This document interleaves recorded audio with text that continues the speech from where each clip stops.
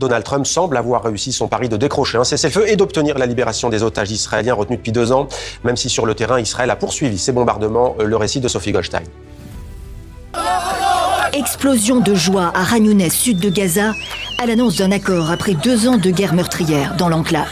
L'accord entre le Hamas et Israël, un cessez-le-feu à Gaza suivi 72 heures plus tard de la libération en une fois des otages vivants, en échange de près de 2000 prisonniers palestiniens, a été annoncé par le président américain lui-même. Donald Trump, discrètement informé par son secrétaire d'État de l'issue positive des négociations en Égypte, se réjouit ouvertement sur Fox News. Je suis très confiant qu'il y aura la paix au Proche-Orient. Ces mots paix au Proche-Orient, les gens y aspirent depuis des centaines d'années. C'est un succès personnel indéniable pour Trump, qui a débloqué la situation en imposant son plan au Premier ministre israélien. C'est également le résultat de la pression conjointe de pays arabes et musulmans pour contraindre le Hamas. Mais s'il est salué par toutes les parties, cet accord signé doit encore être ratifié en principe dans la journée. Pas gagné, en Israël, les alliés d'extrême droite du Premier ministre sont farouchement opposés à une fin de guerre à Gaza. D'ici là, les bombardements se poursuivent et de nombreux points d'interrogation demeurent. La libération de Marwan Barghouti, réclamée par le Hamas, pour l'instant, c'est non, affirme une porte-parole israélienne. Autre point en suspens, le retour des otages décédés à Gaza. La réalité du retrait échelonné de l'armée israélienne de l'enclave. La future gouvernance, le Hamas n'y a pas sa place selon le plan Trump, sans oublier le désarmement du mouvement islamiste, ligne rouge pour Israël comme pour le président américain. Ces derniers points feront l'objet de nouvelles discussions en Égypte, si rien ne vient d'ici là enrayer le processus. TV5 Monde. On ouvre à présent une page consacrée à l'entrée de Robert Badinter au Panthéon, un peu plus d'1 an et demi après sa mort à l'âge de 95 ans. Une cérémonie solennelle présidée par Emmanuel Macron débutera à 19h tout à l'heure, dans un peu moins d'1 heure, avec nous sur le plateau de 64 minutes. Laurent Duhard, bonsoir. Bonsoir. Soyez le bienvenu sur TV5 Monde. Vous êtes secrétaire général de l'association Ensemble contre la peine de mort. Avant de vous donner la parole, direction le Panthéon où l'on retrouve Pascal Bourgault qui suit pour nous à cette panthéonisation. Bonsoir Pascal. Pour commencer, tout simplement, pourquoi l'ex-ministre de la Justice et ancien président du Conseil constitutionnel Robert Badinter entre-t-il au Panthéon? Quels ont été ses grands combats?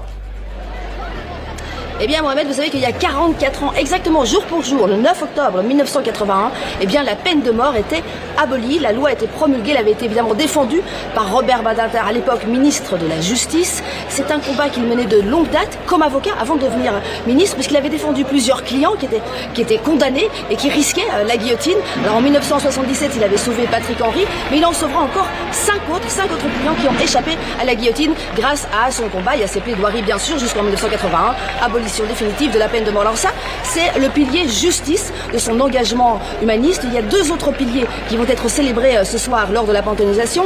C'est le pilier valeur de la République en 1982, donc 1 an après l'abolition de la peine de mort. Eh bien, Robert Badinter va faire passer une loi dépénalisant l'homosexualité. C'était un acte courageux parce qu'à l'époque, c'était totalement à contre-courant de la société française. Et enfin, le 3e pilier, c'est le pilier mémoire. Vous savez qu'il a perdu son père et plusieurs proches dans les camps de concentration pendant la Deuxième Guerre mondiale. Eh bien, toute sa vie, Robert Badinter va lutter contre l'antisémitisme. Voilà, 3 piliers, la justice, la République et la mémoire sont les 3 piliers, les 3 engagements humanistes qui vont être déclinés ce soir pendant la cérémonie qui va commencer d'ici quelques minutes. Et on vous retrouve tout à l'heure, Pascal. Avant cette cérémonie, vous le disiez, Pascal, Robert Badinter, qui était aussi avocat en 1977, il avait donc défendu Patrick Henry, jugé pour le meurtre d'un enfant. Notre partenaire France 2 revient sur ce procès historique qui a marqué le début du combat de Robert Badinter contre la peine capitale. Reportage signé Aurore Ployer. Janvier 1977. Robert Badinter s'avance dans une arène qui va le rendre célèbre. Il tient la vie de son client Patrick Henry entre ses mains. L'homme est accusé du meurtre d'un jeune garçon de 8 ans. Il risque la guillotine. Un procès retentissant qui passionne la France entière. Devant la cour, la défense de l'avocat tourne au plaidoyer contre la peine de mort. À cet égard, il convient, si vous le coupez en 2, eh bien, ça ne dissuadera rien ni personne. À l'époque, Jean-Yves Dupeux, jeune avocat, assiste Robert Badinter. Il se souvient de la pression exercée sur le jury. Robert Badinter va faire appel, si je puis dire, aux tripes des jurés. Si Patrick Henry est condamné à mort et exécuté, ce sera vous qui serez à l'origine de cette exécution. Patrick Henry échappe finalement à la peine capitale. 4 ans plus tard, c'est à l'Assemblée cette fois que Robert Badinter poursuivra son combat, alors qu'en 1981, 63% des Français sont encore favorables à la peine de mort. Voilà pour ce procès historique. Laurent Duhart, secrétaire général de l'association Ensemble contre la peine de mort, est avec nous. Laurent Duhart, vous allez assister tout à l'heure à la cérémonie au Panthéon. Pour vous, c'est un jour historique ? Bien sûr, c'est un jour historique. C'est une reconnaissance pour le combat de Robert Badinter et de tous les abolitionnistes qui se mobilisent depuis de nombreuses années pour que l'abolition universelle de la peine de mort advienne.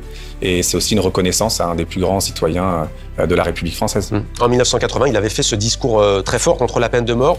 Vous, on imagine que vous vous appuyez encore sur ces arguments dans votre association pour qu'il y ait une abolition universelle à travers le monde ? Ces arguments restent encore pour nous un socle, et puis c'est aussi sa manière de faire. C'était quelqu'un qui avait vraiment une conviction chevillée au corps, un courage politique, intellectuel qui était exemplaire. Et pour nous, on essaie de marcher dans ses pas et de continuer à combattre avec justesse pour la justice. Alors, une réaction tout de même de votre part. La tombe de Robert Badinter a été profanée ce matin à Bagneux, près de Paris, à quelques heures donc de sa panthéonisation. Honte à ceux qui ont voulu souiller sa mémoire, a dénoncé Emmanuel Macron. Alors, on a pu lire des tags liés à ses engagements contre la peine de mort et pour la dépénalisation de l'homosexualité. Comment réagissez-vous ? C'est une honte, et c'est aussi une preuve que ce combat pour la peine de mort, ce n'est pas seulement un combat pour inscrire dans le droit l'abolition de la peine de mort, c'est aussi pour avancer dans les esprits en faveur des droits humains. C'est un combat qu'on doit continuer à mener. On doit sensibiliser, éduquer pour que ce combat soit partagé largement dans la société française. Quelles sont vos actions justement en termes de sensibilisation ? Nous intervenons, votre public cible, les écoles notamment ? Nous intervenons beaucoup auprès des publics scolaires, en effet, auprès des lycées, des collèges, aux côtés des enseignants pour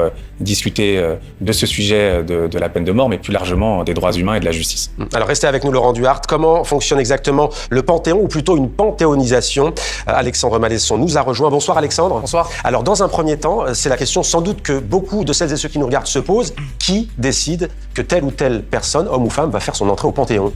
Eh bien, depuis le début de la Ve République en 1958, la décision relève du président de la République. Mais ça n'a pas toujours été le cas. D'abord, c'était l'Assemblée constituante en 1791, année de la création du Panthéon, puis Napoléon Bonaparte pendant le Premier Empire et enfin le Parlement sous les 3e et 4e Républiques. Et quels sont les critères, Alexandre, pour faire son entrée au Panthéon ? Alors je vais peut-être vous surprendre, Mohamed, mais il n'en existe pas vraiment. Évidemment, tout le monde ne peut pas prétendre au repos éternel au Panthéon, donc on peut quand même citer certaines conditions. D'abord, incarner la République par ses écrits, par ses engagements ou par ses actions. Et puis il est nécessaire que la personne de son vivant ou que ses descendants aient approuvé le principe d'une entrée au Panthéon. Et quels sont les personnages historiques qui reposent déjà dans cet endroit emblématique de la République française ? Alors si on compte Robert Badinter, 83 personnes reposent aujourd'hui dans la crypte du monument. Sachez que la parité n'est pas du tout respectée. 76 hommes et seulement 7 femmes. Alors on va donner leur nom à ces 7 figures françaises. Nous avons d'abord la chimiste Sophie Berthelot qui entre en 1907, la physicienne et chimiste Marie Curie en 1995, les résistantes Geneviève de Gaulle-Anthonioz et Germaine Tillion en 2015,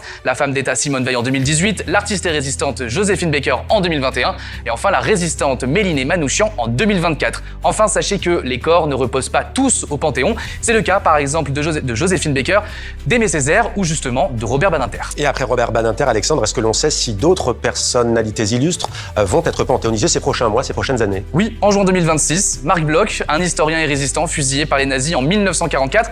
Et puis les suggestions de panthéonisation sont assez régulières. Par exemple, Charb, dessinateur tué en 2015 lors de l'attentat contre Charlie Hebdo, sa famille et la rédaction actuelle de Charlie Hebdo ont fait une demande en ce sens en début de semaine à Emmanuel Macron. Et depuis plusieurs années maintenant, un nom revient très régulièrement, celui de l'avocate Gisèle Halimi. Mais des associations de harkis et une partie de la droite française s'y opposent. La raison, elle était l'avocate de militants indépendantistes algériens du FLN dans les années 50 et 60. Merci beaucoup Alexandre pour ce point complet. Laurent Duhart est toujours avec nous, secrétaire général de l'association Ensemble pour la peine de mort. Tout de même, une question sur les arguments de ceux qui s'opposent à l'abolition de la peine de mort. Alors, ils disent on peut discuter du caractère dissuasif ou non de la peine de mort, mais ce qui est sûr, c'est que ça empêche les récidives.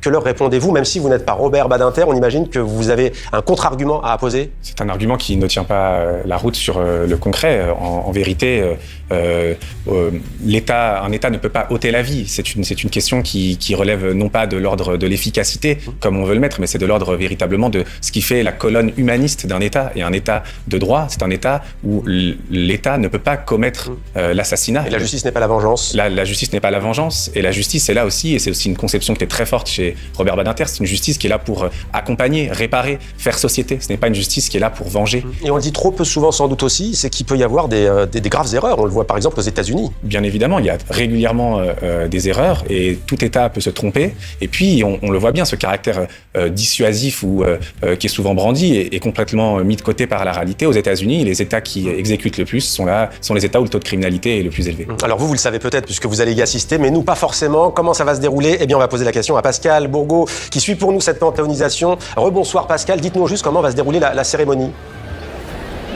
Alors vous savez que tous les détails ont été préparés avec la famille et notamment la veuve de Robert Badinter, Elisabeth Badinter. Alors à 18h55 va commencer la remontée de la rue Soufflot. Et ce n'est pas son cercueil mais un cénotaphe, donc un cercueil vide avec quelques objets. Et parmi ces objets, la biographie de Condorcet qu'il a écrit avec son épouse. Condorcet qu'il admirait, cette figure de la Révolution française. Le cénotaphe va rejoindre d'ailleurs le caveau des révolutionnaires de 1789 avec donc Condorcet, Monge et l'abbé Grégoire. Ensuite, il y aura des prises de parole, bien sûr, du président de la République Emmanuel Macron, et puis des lectures de textes, des textes notamment de Robert Badinter, notamment sa déclaration lors du procès du négationniste Forisson. Il avait fait un très beau texte et il sera lu par l'actrice Sandrine Bonner. Et puis il y aura des lectures d'autres textes, notamment de Victor Hugo, qui vous le savez est un précurseur de la lutte contre la peine de mort et qui sera lu par Guillaume Gallienne. Alors il y a de la musique également qui est prévue, Schubert et Handel que Robert Badinter adorait, et puis Julien Clerc qui va chanter cette magnifique chanson L'assassin assassiné, et qui va nous rappeler qu'il y a 44 ans à peine, Mohamed, eh bien ici, dans les prisons de Paris, il y avait des gens qui étaient guillotinés. Pascal Bourgault en direct du Panthéon pour TV5 Monde. Sachez que vous pouvez suivre tout à l'heure à partir de 18h30 heure française la cérémonie officielle chez notre partenaire France 2. Merci beaucoup Laurent Duarte d'avoir été avec nous. La chanson de Julien Clerc, vous la connaissiez évidemment. Oui. Quand on défend l'abolition, on la connaît forcément. Ça fait partie du répertoire. Ça fait partie du répertoire et parfois la musique peut avoir son utilité. Merci beaucoup. Une panthéonisation de Robert Badinter qui se déroule sur fond de crise politique. Près de 7 millions de personnes étaient devant leur télévision hier soir pour écouter Sébastien Lecornu, le chef du gouvernement démissionnaire, a annoncé qu'un Premier ministre devait être nommé d'ici demain soir, vendredi. Le futur locataire de Matignon aura la lourde tâche de défendre le projet de budget et d'accepter de remettre en débat la très contestée réforme des retraites. Ursula von der Leyen a survécu sans surprise aux motions de censure de l'extrême droite et de l'extrême gauche. Les deux textes soumis au vote des députés à Strasbourg ce midi avaient en commun pour principale critique d'un côté l'inaction et le manque de prise de décision sur Gaza, ça c'est pour la gauche radicale, et côté ultra-conservateur, eh bien, les élus lui reprochent d'incarner une Europe qui coûte beaucoup trop cher à leurs yeux. Autre sujet qui visiblement hante les couloirs du Parlement depuis ce matin, ce sont les révélations de plusieurs journaux européens. Ils affirment que Viktor Orban aurait déployé tout un réseau d'agents secrets au sein même des institutions européennes. On retrouve en direct du Parlement de Strasbourg notre correspondant Paul Germain. Bonsoir Paul, vous êtes donc dans l'hémicycle. Est-ce qu'on en sait un peu plus sur ce dossier ? Eh bien, Mohamed, cette affaire a fait le tour du Parlement européen et le député belge Elio Di Rupo a d'ailleurs publiquement demandé une enquête parlementaire. L'information provient d'un travail d'investigation mené par plusieurs journaux, comme le quotidien allemand Der Spiegel. Et ce qui en ressort, c'est que les services secrets hongrois auraient envoyé à Bruxelles des faux fonctionnaires qui étaient en fait chargés d'espionner les institutions européennes de l'intérieur. Et tout cela aurait commencé il y a déjà 10 ans, quand les relations entre la Commission européenne et Viktor Orban ont quelque peu tourné au vinaigre. Alors, et ces espions auraient eu recours à des méthodes peu orthodoxes, notamment pour soutirer des informations confidentielles auprès d'employés hongrois de la Commission européenne. Et plus grave, l'enquête met en cause Oliver Várhelyi, l'actuel commissaire européen hongrois en charge de la santé. L'espionnage se serait même intensifié lorsqu'il était chef de la représentation hongroise à Bruxelles. C'était entre 2015 et 2019. Bien sûr, pour le moment, ce ne sont que des accusations, mais ce midi, au briefing quotidien de la Commission européenne, on percevait bien l'embarras et certains députés disent que si de tels faits sont avérés, le commissaire Várhelyi ne pourrait évidemment pas rester en place. Tout cela alors que la Commission européenne vient d'échapper à 2 motions de censure. Paul Germain en direct de Strasbourg pour TV5 Monde. Merci beaucoup Paul pour toutes ces précisions. Place maintenant à 64 échos avec Demet Korkmaz. Et Demet, donc on va commencer avec la Commission européenne, mais sur un autre sujet de ce qu'on vient d'évoquer, la Commission européenne qui a beaucoup été critiquée, on le sait, pour son incapacité à protéger son industrie. Là, on peut le dire, Demet, elle tape fort avec son plan acier. Absolument, Mohamed. C'est même un virage protectionniste, il faut le dire. L'objectif, c'est bel et bien de contenir l'acier chinois qui est vendu à bas coût et qui a littéralement écrasé la filière européenne et fait perdre au passage des milliers d'emplois. Ce virage protectionniste est complètement assumé. Écoutez le commissaire européen Šefčovič. Des pays tiers ferment leur marché, ils augmentent les tarifs, introduisent des mesures de sauvegarde, tandis que le marché de l'Union européenne reste largement ouvert et sous une forte pression des importations. Il y aura un jingle ou pas ? Et à nous donc d'émettre avec les Européens qui réagissent seulement aujourd'hui. L'adage dit « mieux vaut tard que jamais », eh bien ce secteur est en difficulté depuis maintenant de nombreuses années. Oui, mais alors ça tient en un chiffre, Mohamed. 18 000 emplois directs supprimés rien qu'en une seule année, rien qu'en 2024. C'était donc tout simplement insoutenable. Pour protéger sa filière, la Commission a donc décidé de réduire de 50% ses quotas d'importation. Au-delà du quota autorisé, eh bien, les droits de douane passeront de 25 à 50%. Avec cette disposition, l'Union européenne est en train de fermer sa frontière puisque dorénavant, elle ne va autoriser que 10% d'importation d'acier étranger. Et à propos de dumping, des mètres de concurrence déloyale, qui sont juste les principaux producteurs? Alors vous allez le voir, les chiffres sont démentiels. La Chine fabrique à elle seule 1000 millions de tonnes d'acier. C'est un véritable tsunami. À côté, les Européens font pas le figure. L'Allemagne n'en a produit que 37 millions, 12 millions pour l'Espagne et un peu moins de 11 millions de tonnes pour la France. Et puis sachez aussi que cette filière en Europe représente 300 000 emplois directs et quelques 2,5 millions d'emplois indirects. Et dans l'actualité économique, il y a aussi Dubaï, des maîtres Dubaï qui semblent confirmer son statut de paradis pour les milliardaires. Alors vous ne connaissez pas encore son visage. Nick Storonsky fait beaucoup parler de lui en Angleterre. Le cofondateur de la banque en ligne Revolut a décidé de s'installer à Dubaï. Un exil fiscal pour celui dont la fortune est estimée à 14 milliards de dollars. Mais quel est le problème? Il n'a pas le droit, ce monsieur, de s'installer à Dubaï? Alors le hic, c'est qu'il n'est pas le seul patron à quitter Londres. La liste s'allonge depuis la suppression des avantages réservés aux non-résidents fiscaux. C'est une très vieille disposition qui remonte à il y a plus de 2 siècles. Eh bien, elle permettait de résider en Angleterre tout en échappant à l'impôt pendant 15 ans. Eh bien, cet impôt maintenant est supprimé. Et puis, il y a aussi la taxe sur les plus-values qui a augmenté. Le gouvernement britannique espérait en tirer pour 3 milliards d'euros de nouvelles recettes. Eh bien, je crois que c'est un peu raté. Et au total, Demet, est-ce qu'on sait combien de patrons ont quitté l'Angleterre? En un an, 4000 patrons et dirigeants d'entreprises ont transféré leur résidence officielle à l'étranger, ce qui représente une augmentation de 40%. Ces patrons quittent Londres, mais attention, les entreprises restent domiciliées en Angleterre. D'ailleurs, Revolut précise au passage avoir payé 260 millions de livres sterling d'impôts sur les sociétés. Voilà qui est dit et qui est clair. Merci beaucoup, Demet.